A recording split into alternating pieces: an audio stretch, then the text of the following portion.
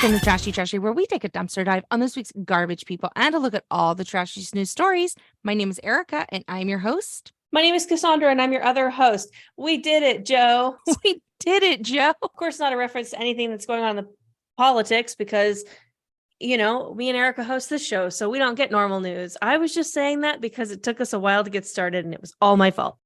Can you believe they're puppeting Dianne Feinstein around? They're literally weekend at Bernie's her.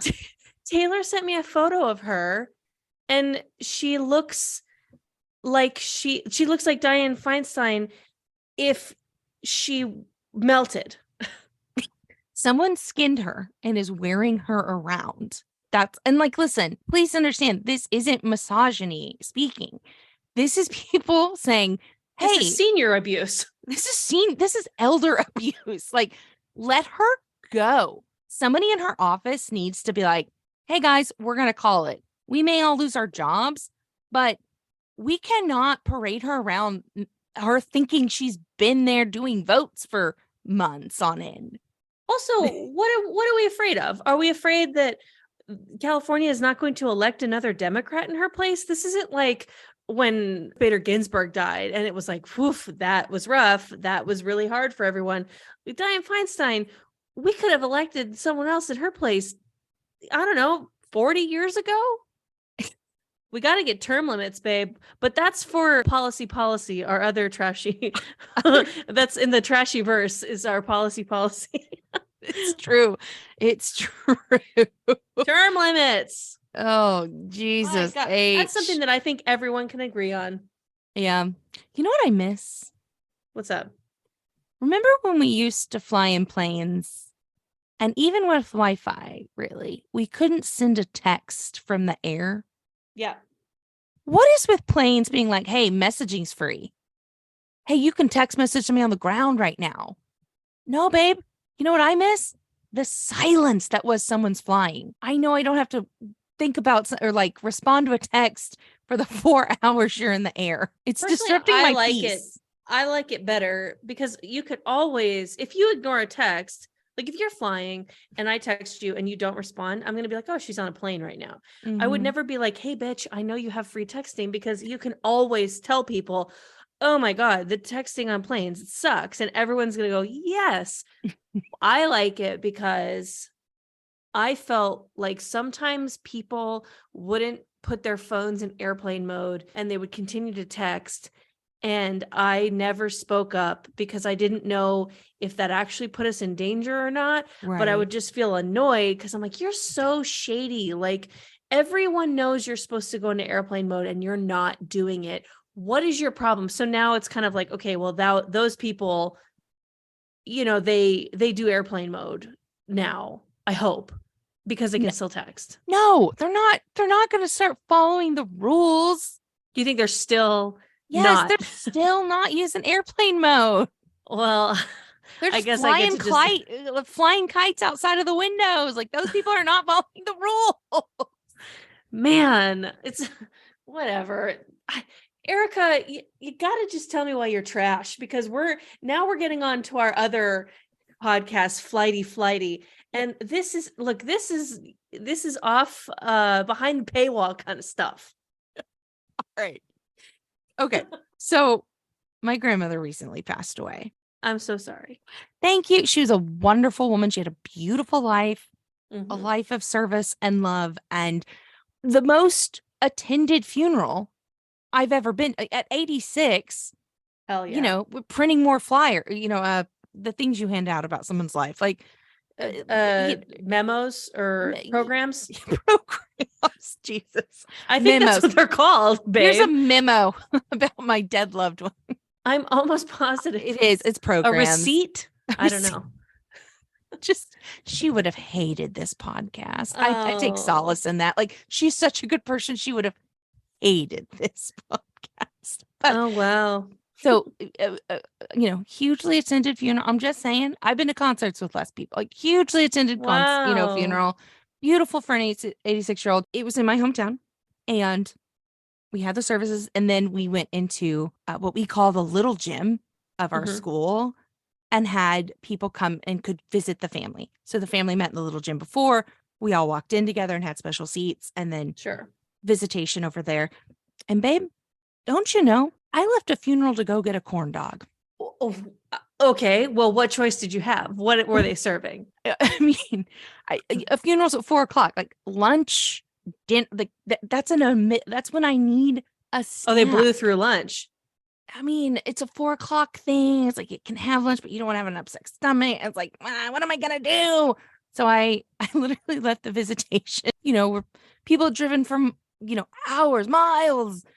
And Winston took me up to the Tiger Paw, the aforementioned gas station that I was, the queen of and, Hot Pocket god of. And I got me a corn dog. Then I went back and I was better. I had some protein and carbs deep fried together on a stick. But I was just sitting there and somebody was like, hey, you got a little, my family members, you got a little ketchup right here. And I was like, oh, thank you. And they're like, how'd you get ketchup right there? And I was like, oh, I left and went and got a corn dog. Like, okay. Okay. It was truly a magical moment of trash. We went to the gravesite, and then a church had brought us sandwiches, like a very nice, there was a meal type deal, but it was not enough. 4:30, 5:00, baby, it's dinner time. Baby needs a corn dog, so I'm complete trash. I will say you're eating dinner really early or lunch really late, but seeing as you were grieving, I'm going to let it go. But to me, you were definitely within the bounds of happy hour, if anything. But again, that's okay. So anyway, left a funeral to get a corn dog. Why are you trash? Well, I feel good about this. So it was Mother's Day last weekend, and I was in San Diego with my husband and my in-laws. And the plan was, hey, we're going to go to the Coronado Wine Festival. And then we're going to, quickly just stop by the church and pack some boxes for some, underprivileged families, military families. And then we're going to go to dinner. And then the next day is a house tour, like a historical home tour. So I was like, cool, great, awesome. Like a little bit of wine, like just a little bit of charity work, and then everything else is good. So I have a adorable outfit on. Of course. Because how many options did you bring though? 3, because I've learned ever since we went to that foundation, listen to an episode or 2 back, I will not be, you can't fool me again. Like the Who, we won't be fooled again.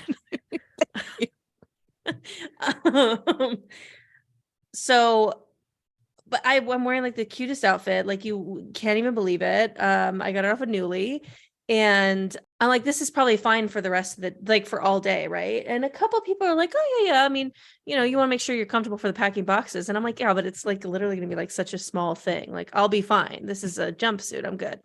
Oh no. And they're like, yeah, okay, you're good.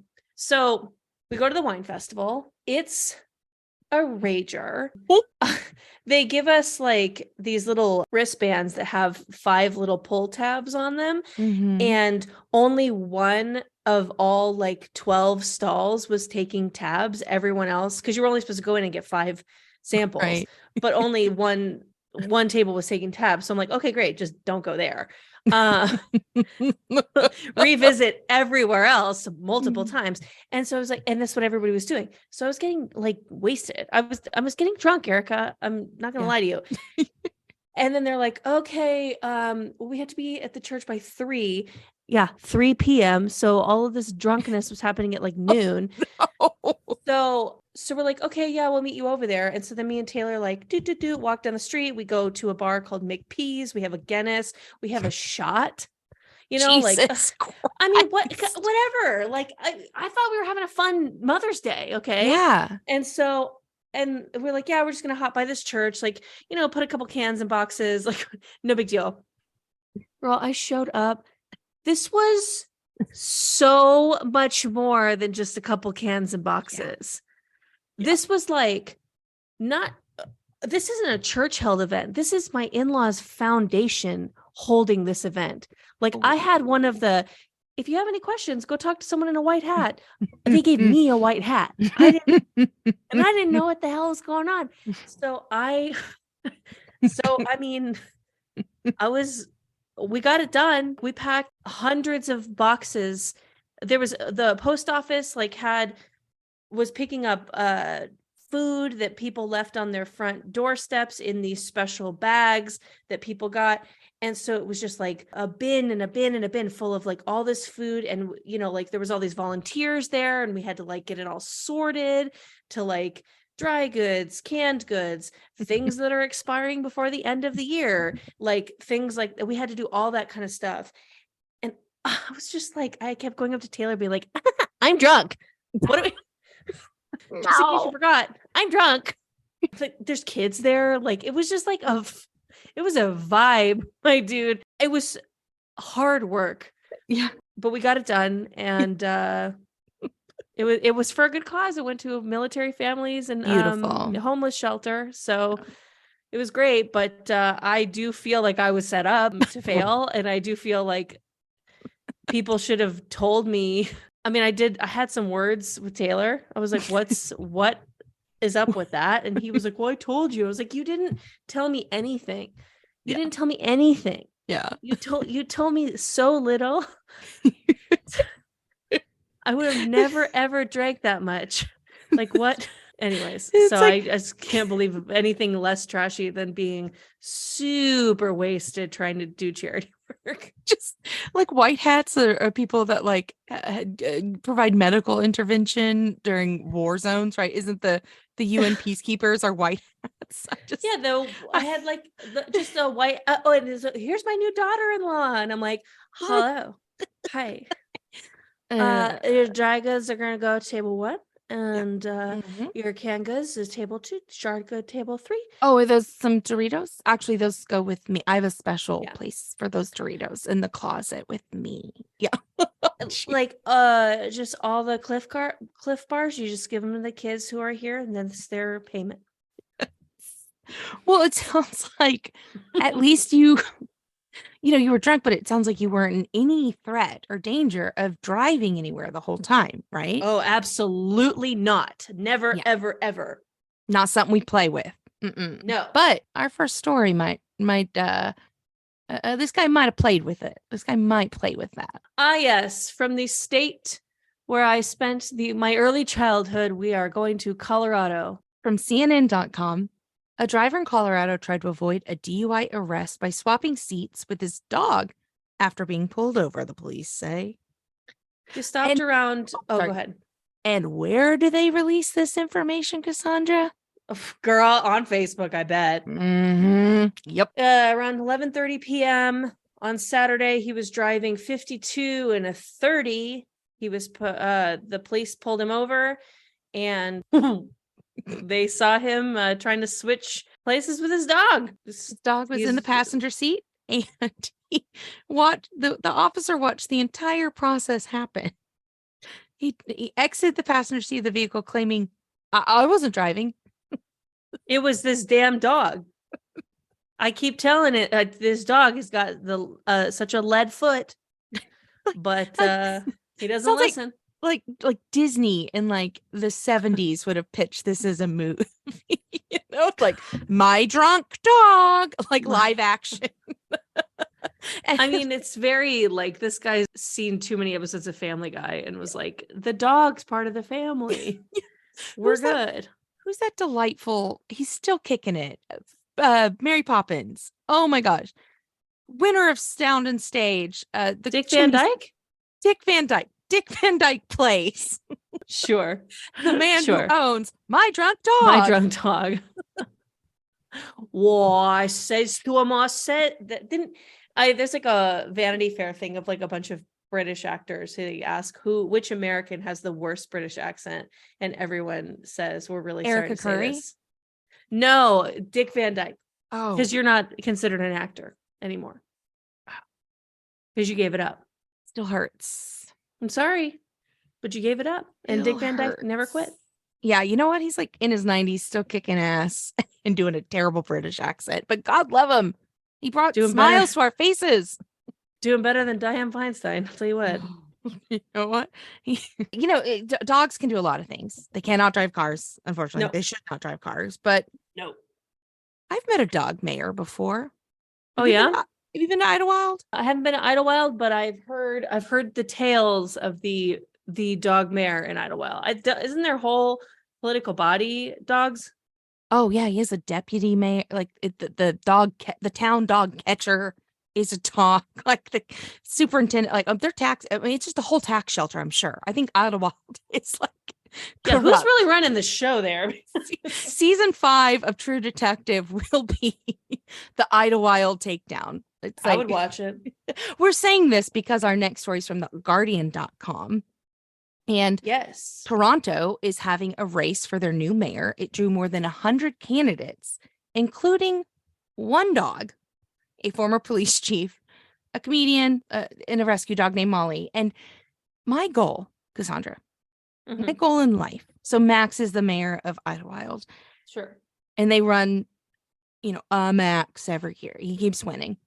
My goal is to have the type of money, I might have mentioned this before, the type of just throwaway money where I run against Max and perform a full out smear campaign. A dog walking in a field and then it freezes like a black and white as he's looking over his shoulder. And I'm like, Max shits in your yard. Like just full, like I'm going to find like James Cargill and like all the, like the best politicians in the biz. And I'm going to be like, I need you to write attack ads against this dog. I buy billboards. I'm going to spend commercial money. I want to run against this dog so badly. I mean, like I'm here for it, but just know that some people are going to find you to be really evil, because I don't think anybody, this is a rule in improv, they say you can get away with a lot of stuff, but probably don't kill a dog. The audience will turn on you. You're sooner get away with a Holocaust joke than if you kill a dog on stage, unless it was really worth it and justified. And so I honestly I'm not making jokes here. I don't know if you were to do this, to put a smear campaign against the dog mayor of Idlewild, people might put you on the level of like that Shkreli guy who jacked up AIDS medicine. Martin Shkreli. Yeah, I think people might find you that upsetting. Yeah. If you did a smear campaign on a nice dog mayor who it's always Max. I mean, like, are they airbutting Max a little bit? And it's just always a different dog. I don't know who the fuck is running Idlewild. Anyways, we're talking about Toronto right now because the current mayor, John Tory, he resigned in February over an affair. And so, yes, they have 100 new candidates who all registered.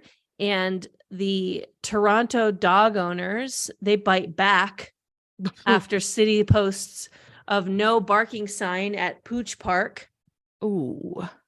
Yeah. So that's why they have to get a dog mayor, because he's part of the no barking sign party. I mean, your constituents will support you. They're very loyal, these dogs, I've heard, Sure. All right, here's the new pitch. Terminal brain cancer. I do a huge GoFundMe. Okay. None of the money goes to treatment. It's just me running against Max the dog. And then I have it is my dying wish. That way people can't hate me. To be the mayor of Idlewild? Yeah. Because you have terminal brain cancer? Yeah. I suppose that you'd probably be just as effective as a dog. Is that bad? Oh no. So is that really dark? I'm so sorry. I'm just like, I like we're gonna act like the dog's a gray mare. I mean, I don't know. He did give me free cake and sandwiches on his birthday, so I can't say he's never done anything for me. That is a good mare. Yeah. Oof. So Ontario's premier, Doug Ford, said, "We need someone who has experience dealing with crime." Let me tell you what, I know a dog, McGruff, and he could take a bite out of crime. So maybe he would appoint him as police chief instead. They say that people with these places with dog mares, or when there's an animal in the room, people act more human, is what someone said. That's but true. That someone was also the owner of the dog who arrived to City Hall on rollerblades. So I'm just gonna say maybe Toronto Wasn't this a thing when Arnold Schwarzenegger became the mayor of California Mm. that there were like the governor. what did he do? He was our governor. Okay, this isn't policy, so This don't is jump my not way up. policy. Don't We've jump given my the way up. disclaimer. Okay, when he became right, because he was the governor. Okay, right. When that happened, there was like 100 or something options too. Yeah. His biggest competition, of course, was Cruz Bustamante, something I only remember because I watched a lot of Jay Leno as a child because it was I was waiting for Conan. Yeah. So I recall Cruz Bustamante, but the biggest like gag of the time was that a porn star was running and That's people right. couldn't Mary Carey or something. Like people couldn't believe. Couldn't fathom. They said, "Oh, this woman who has sex for a living wants to make the rules." Yeah. California is a joke state. Yeah. Why don't we just elect a former actor?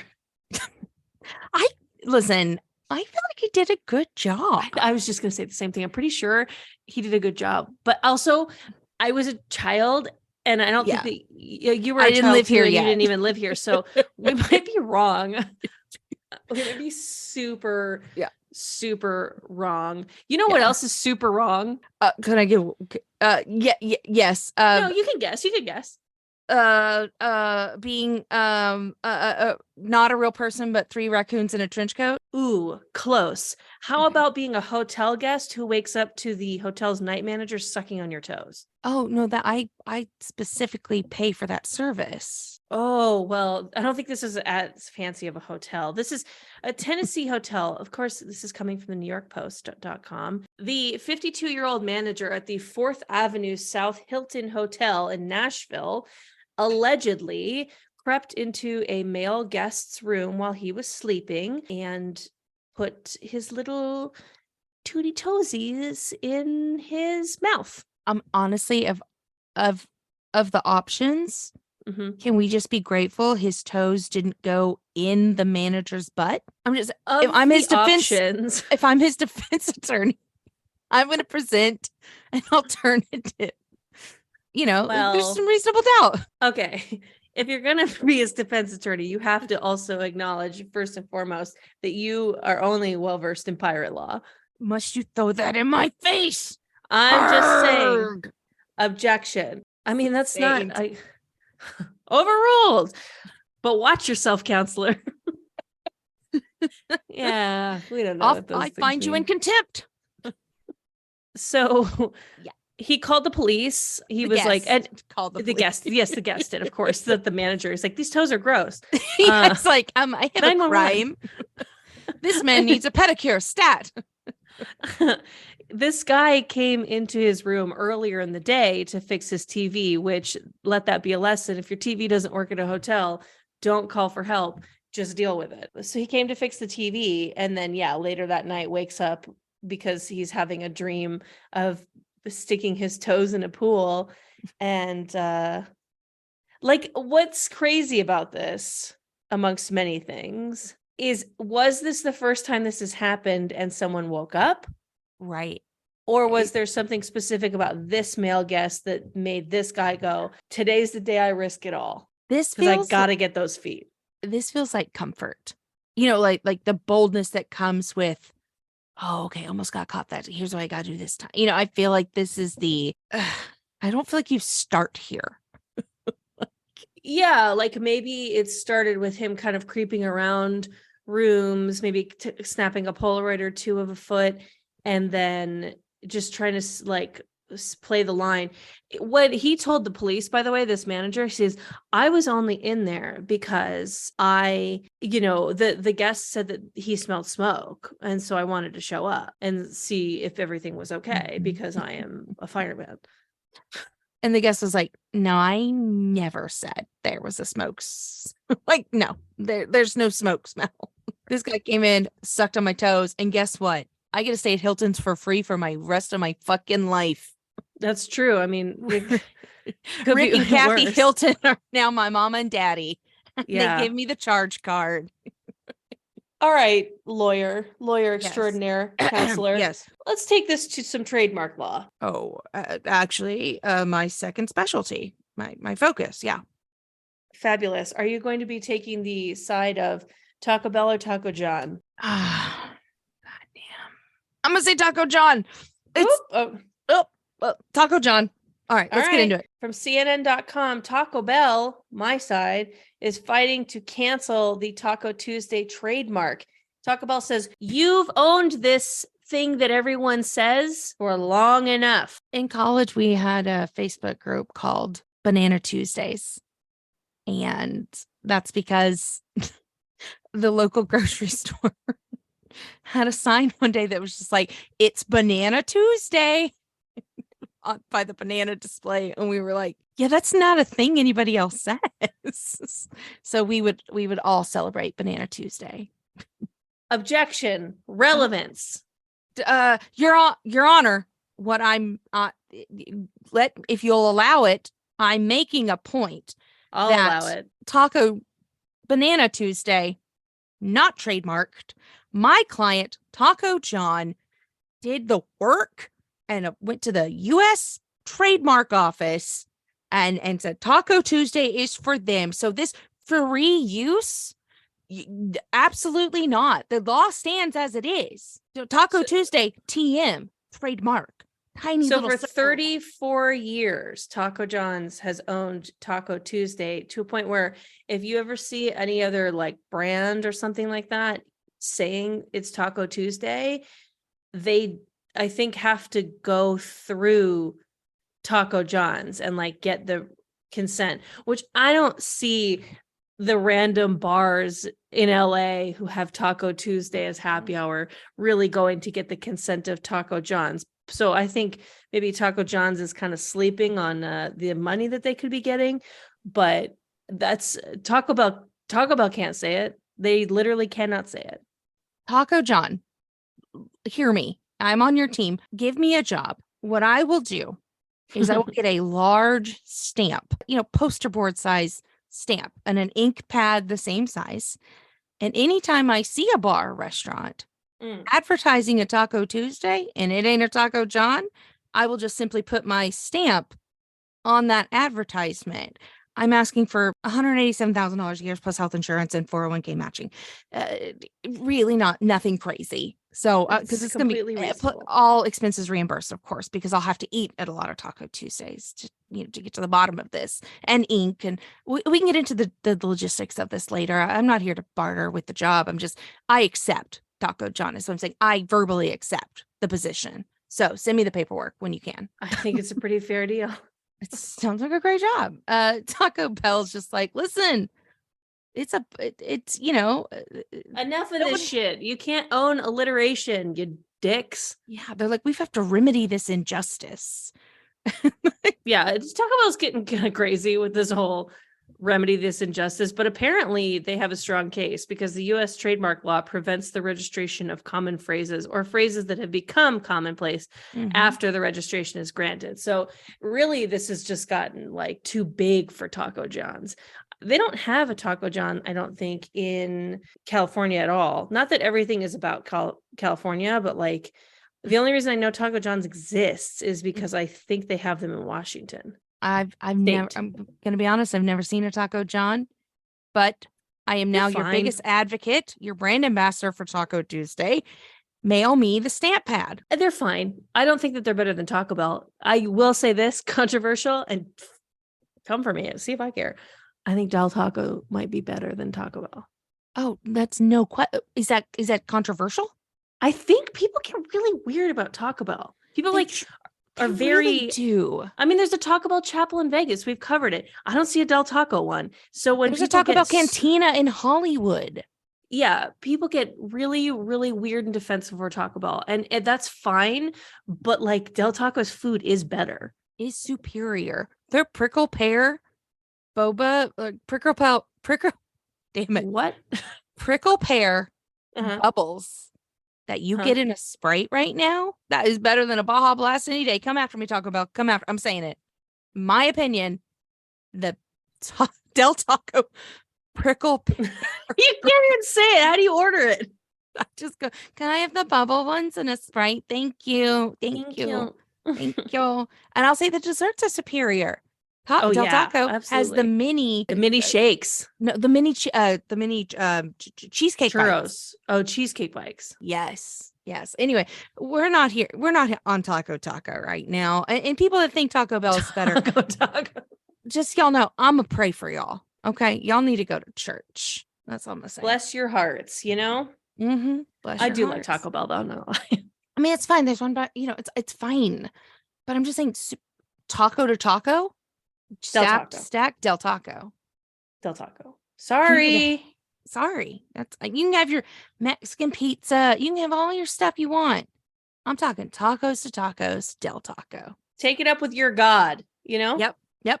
Well, our next story, this gentleman said, I've heard your cries to go to church, and here I am. From a demon of a website, but you know, we talk about the New York Post, so I guess who are we to say? This comes to us from Fox News. An Arizona man has been arrested for baptizing himself naked in the church fountain. Because where the hell else is he supposed to do it? Honestly, this guy, 20, he's like, yo, I found Jesus. Do you think I can wait till Sunday?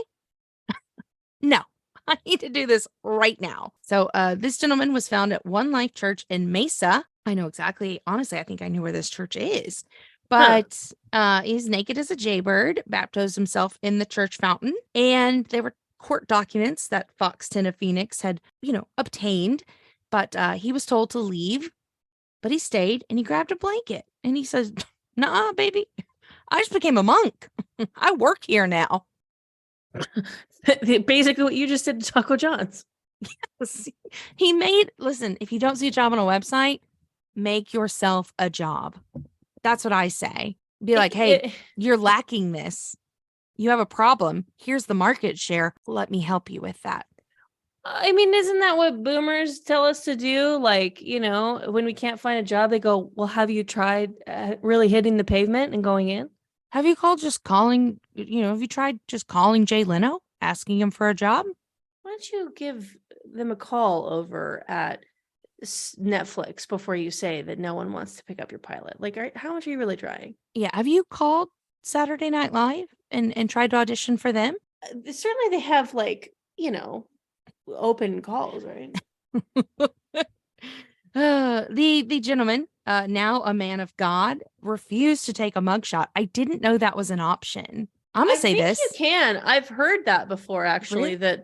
Or no, you know what I've heard is don't smile in your mugshot, because if you smile in your mugshot, they can use that against you in court. Mm-hmm. And if you're smiling, you don't look like you're remorseful or worried about what you have done. Or you'll get on Mugshotties, my favorite Twitter account, where it's just hot people, shotties with mugshots. So it's like, them being crazy hot in their photo, and then the crime that they committed, allegedly, or the crime they are accused of committing. So, but Cassandra. What's up? Is this man okay? So he's refused to take a mugshot. He emergency had to baptize himself. This feels like time traveling Terminator type shit. Like he's been sent back in time and has to complete this mission. Maybe he was on fire from the travel and had to douse himself out. Like no mugshot, no proof. I'm just saying, is it a time traveler? That's all I'm saying. I see your time traveler, which is my always first option. But raise you, is this something similar to the plot of the Kevin Smith movie Dogma, where a fallen angel is told that if they cross into this church, they're forgiven for all their sins, and so everyone their way back into heaven? Exactly. So like, what if he was a fallen angel and this was like his backdoor way back into heaven? And that's why, because you can't take a picture of a dead person. Nope. They won't show up. Nope. I need a hot Selma Hayek to strip and explain that to me. That's what I need. Was ASAP. that Dogma, or was that babe, a different one? Oh no, that was Dogma. Selma Hayek is the pigtail wearing. I know the scene. Yeah. I know the scene. I just didn't Yeah. realize that was in Dogma, but wow, The you're most right. beautiful She is. woman Oh, in the because world. she's like an angel or something like that too. Mhm. It's a Yeah. good movie. I like Dogma. Yeah. I feel like while we contemplate fallen angel, time traveler, Mhm. I'm just gonna say it, Bigfoot. The police didn't want to take a photo because he's out there. So who knows? But let's debate that amongst ourselves, and we'll take a quick break for a word from our sponsor. Hey, welcome back. Hey, thanks for being with us. This next story was sent in by Tina Curry. Tina, Prolific story sender. I commented. Tina Curry's my mother. I commented.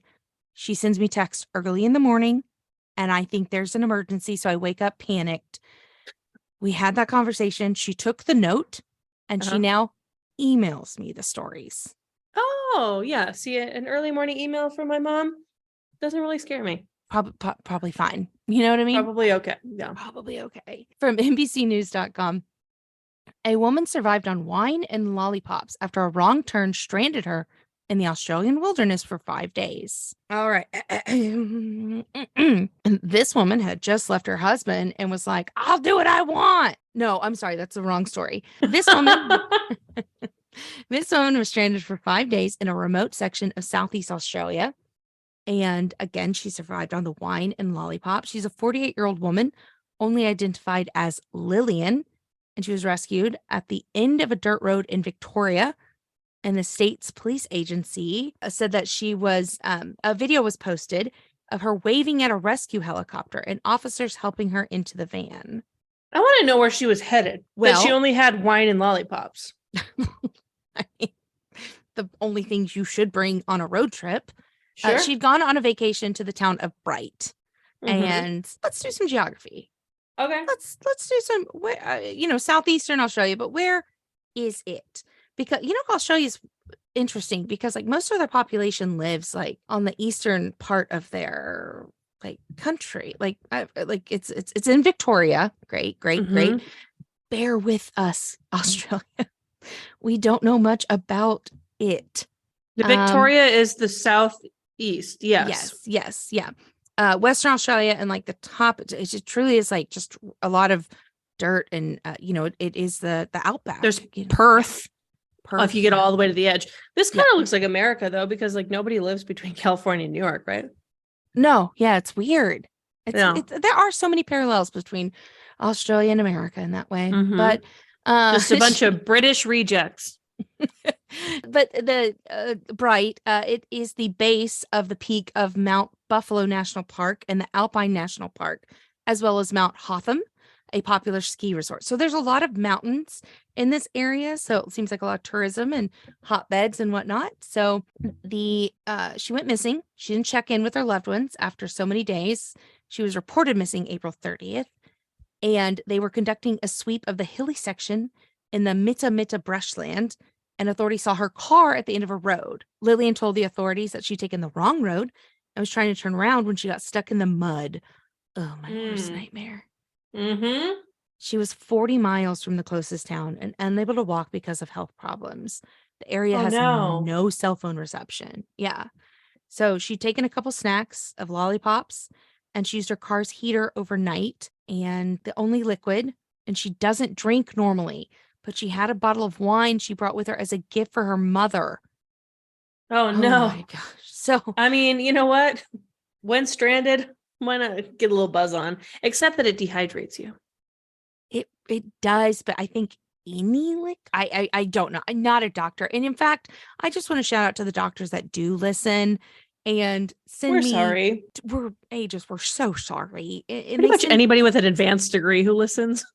They send gentle or bad correcting messages about medical advice and things that I just spout off. I've seen House. I was a child of, I watched one season of Grey's Anatomy. Like I've seen 30 seconds of a 2-minute long TikTok. I know this stuff. But we appreciate your service to the community and commitment. And we appreciate you sending in messages as I do when I am completely wrong. So corrections. So All right. So I'm sure, Lillian was probably calling out for help, but again, remote area. But our next story was about people responding to a call for help as well. Yes, from Fox26Houston.com, police respond to a call for help, but it just turned out to be a pretty upset goat. Police in my home state of Oklahoma responded this week to what they thought was a call out, but it wasn't that bad of a call. They arrived somewhere. I'm assuming someone called them to show up, but they arrived and they started to walk towards a faint sound of someone yelling. And as they got closer, one officer distinctly said he could hear the word help. So then they started running. Wow. So the department body cam footage shows the pair of officers running. And when they arrived, they soon discovered that the cry for help was actually a very upset goat. And the farmer explained he'd been separated from all of his friends. I mean, thank God that the police showed up on time then. This is in Enid. So the officers were, having a laugh when they realized that the, farm goat. It was a farm animal, and they didn't immediately shoot it and sprinkle a little bit of crack on it. So I'm just going to say that's growth. That's progress to me. So good. So good. So I have a story about the town of Enid. Okay. And two of my dear, dear friends are from Enid.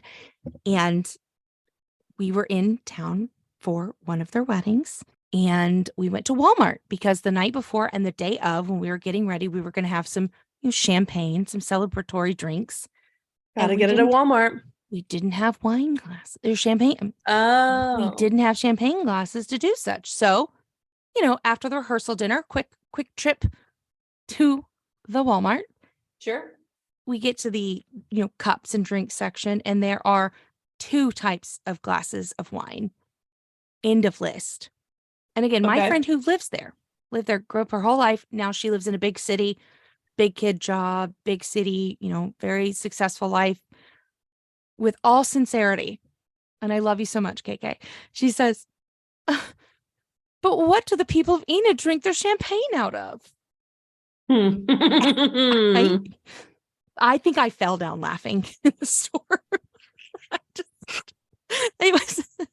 It's that thing when you're like, I grew up here. I know this. The second you move away, you're just like, oh, it's like I'm watching a nature documentary or something in anthropology class. Like you just forget the people you came from. It was truly we'll have them eat cake.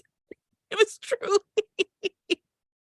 Well, have them eat cake. It was just brings me so much joy. I cackle thinking about it. So anytime I hear the town of Enid, I'm like, well, what do they drink their champagne out of? So, I bet this goat wasn't sipping on some champagne. So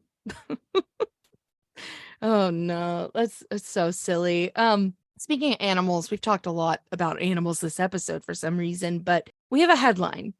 And we want this to be a teaser and for you to read the story yourself. It's still somewhat of a developing story, but it's a scotch dark. It's a little dark. A little dark. From the NewYorkPost.com. It's a culinary catfight. And okay. LA Times just did a piece on this New York Post now, but the owner of a buzzy Los Angeles restaurant has accused her estranged husband and co-chef of killing their pet cats and masturbating over them. This was filed in an explosive divorce filing. It has rocked Hollywood. They own the restaurant Horses, and the restaurateur who backed them in Horses is a fucking nice garbage person. And there's a voice memo circulating. You can get your hands on it. Let me know. DM it to me as well. Of these chefs. So the chefs are husband and wife.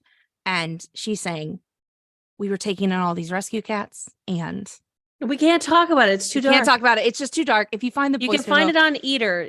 There's a lot of Post, LA Times, Horses, hot restaurant. Can't get a reservation to it. Google, just go down the rabbit. Might be able to now. It almost makes me want to eat there more, but I'm bad. I'm not so garbage. Anyway, just rabbit hole for you, horse hole, if you will. Hey, Cass. What's going on, girl? Oh, wait, no. Hold on. That's what I say at the end. Ask me again. Hey, Cass, are you ready? I'm ready. Well, it's time for the dumpster fire of the week. Woohoo. Oh my God. Do you recall being a child? Speaking of me watching Conan, the late night advertisements for Girls Gone Wild. With stunning accuracy. The trauma scarred into my brain. Yes. The answer is yes. I hated them. Yeah. Yeah. Listen, I'm all for owning your body. I'm all for expression. I'm all for so many things. But what I'm not here for is exploitation. And that to me is what Joe Francis did. He was also very rude to someone on The Real Housewives of Miami season 3.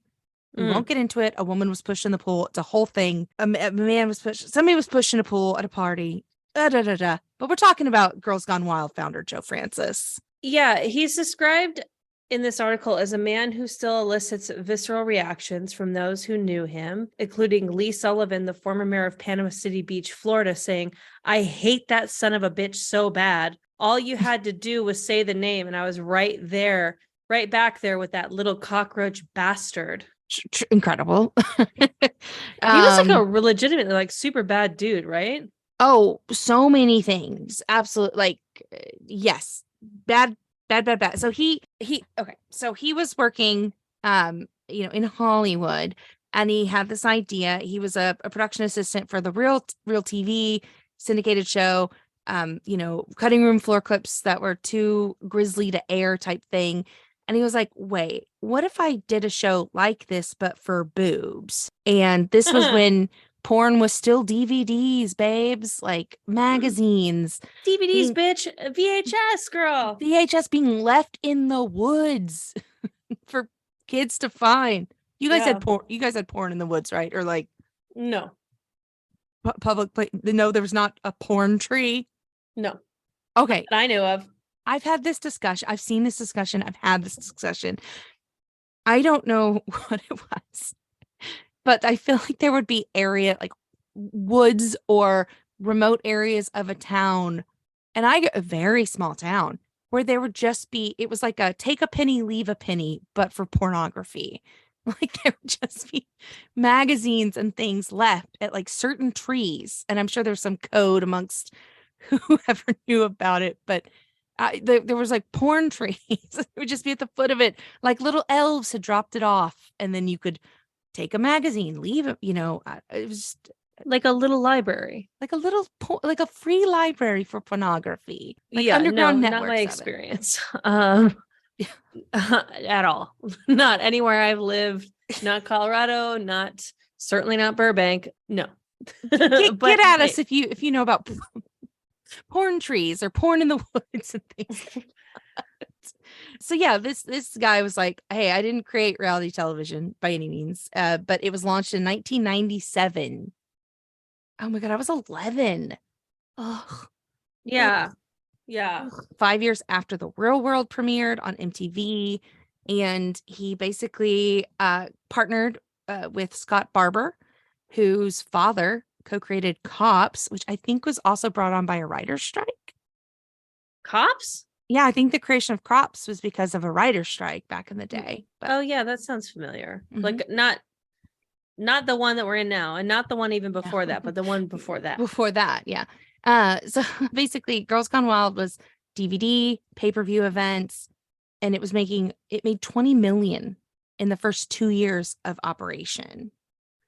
And so, if you don't know, does everyone know what Girls Gone Wild was? It's a couple of assholes with cameras go to like spring break parties or anywhere that there's going to be a drunk women, and then they offer these girls t-shirts in exchange for them flashing the camera.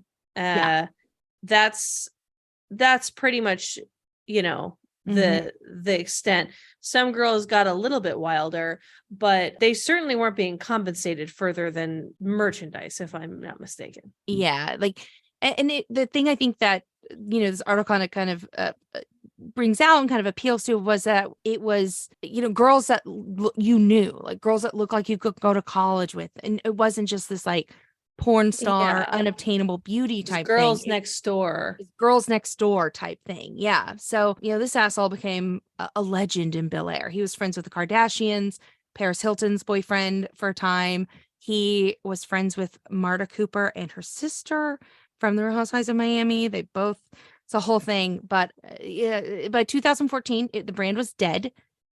Sites like Pornhub, mail to order DVD was, outdated, unsexy, and all this stuff. But it was around 2003 that Joe Francis started showing up in Panama City Beach, and he wanted to run a pay-per-view event with Snoop Dogg and film scenes and, just get out of the Bible Belt that he'd been under and things like that. So, but this move led to several charges and arrest, racketeering, possession of intent to distribute drugs, soliciting minors, child abuse, filming minors in a sexual act. 70 charges against Francis alone. Well, because, yeah, I mean, like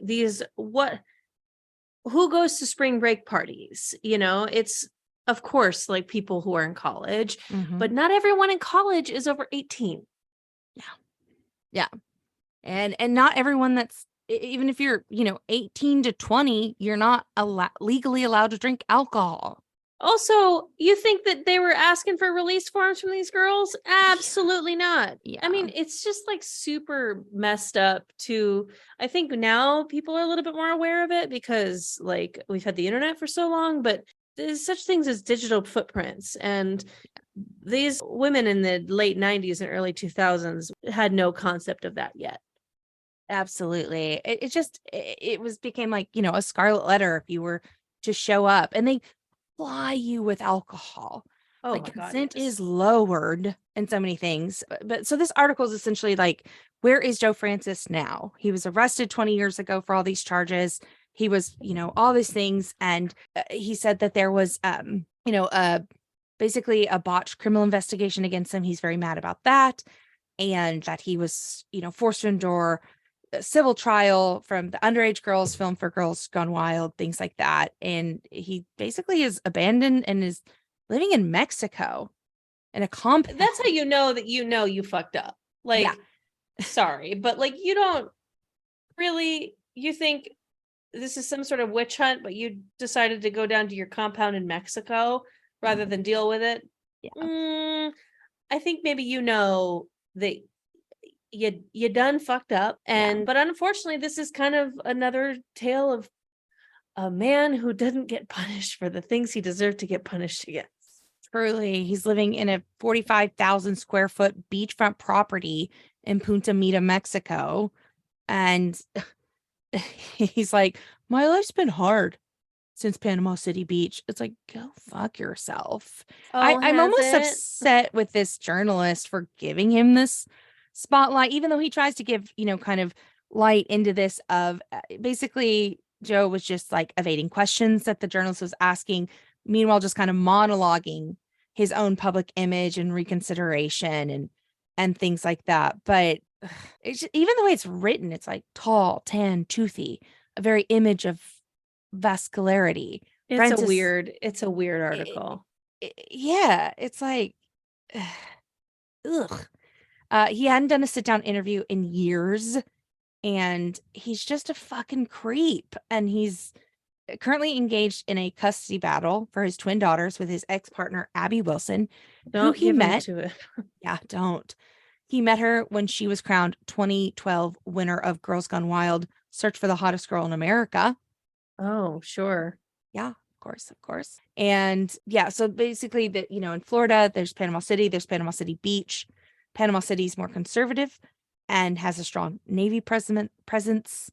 Panama City Beach is just a short drive away and is the, hub of like spring break. It's normally about 18,000 people, but, during spring break, mid-March, mid-April, about 100,000 people show up. I remember watching, like, MTV had a stronghold on spring break. Do you remember MTV Spring Break? Of course.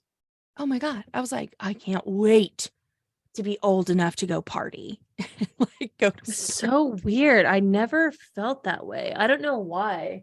I just I never watched those and thought that I wanted to do that. Like, there's like too many prank shows and too many. I think I was like a little too insecure also, like that I knew that I didn't want to be like dancing in a bikini. I don't know.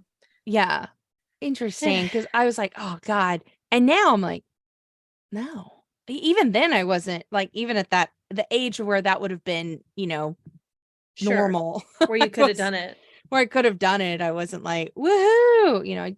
It's just, yeah, I don't know. He was just a scumbag. And it's the lack of remorse. It's this, kind of redemptive article, even if they're kind of like, well, he's a bad guy.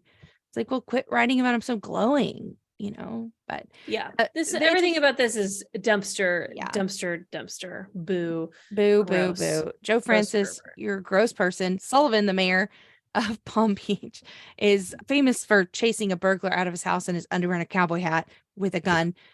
But he's just like goes out, like he's been consistently going against him and was like, I'm gonna fucking get this guy. And If it's the last thing I do. the last thing I ever fucking do. I do. Mhm. I mean, it is interesting because to me, it's like, okay, we didn't get him on this charge. Well, let's go for that. Like, I'm of the mind, and again, I watch a lot of cop shows, so I know nothing.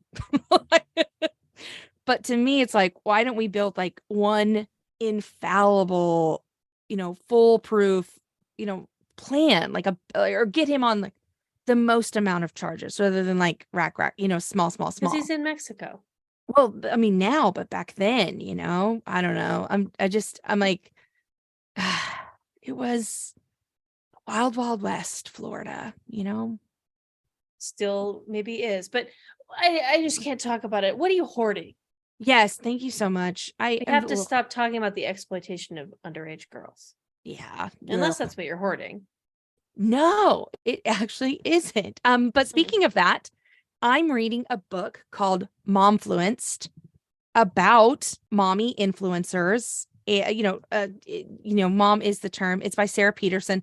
I would say that it's kind of about these kind of like stage moms that become, their child becomes their content, and stage parents in so much of a way. But it really is kind of like a history of domesticity and how it affects our culture, and just kind of like how the mom influenced our culture and how we're a part of greater pop culture all at once. Like I'm campaigning like kids should not be on the internet.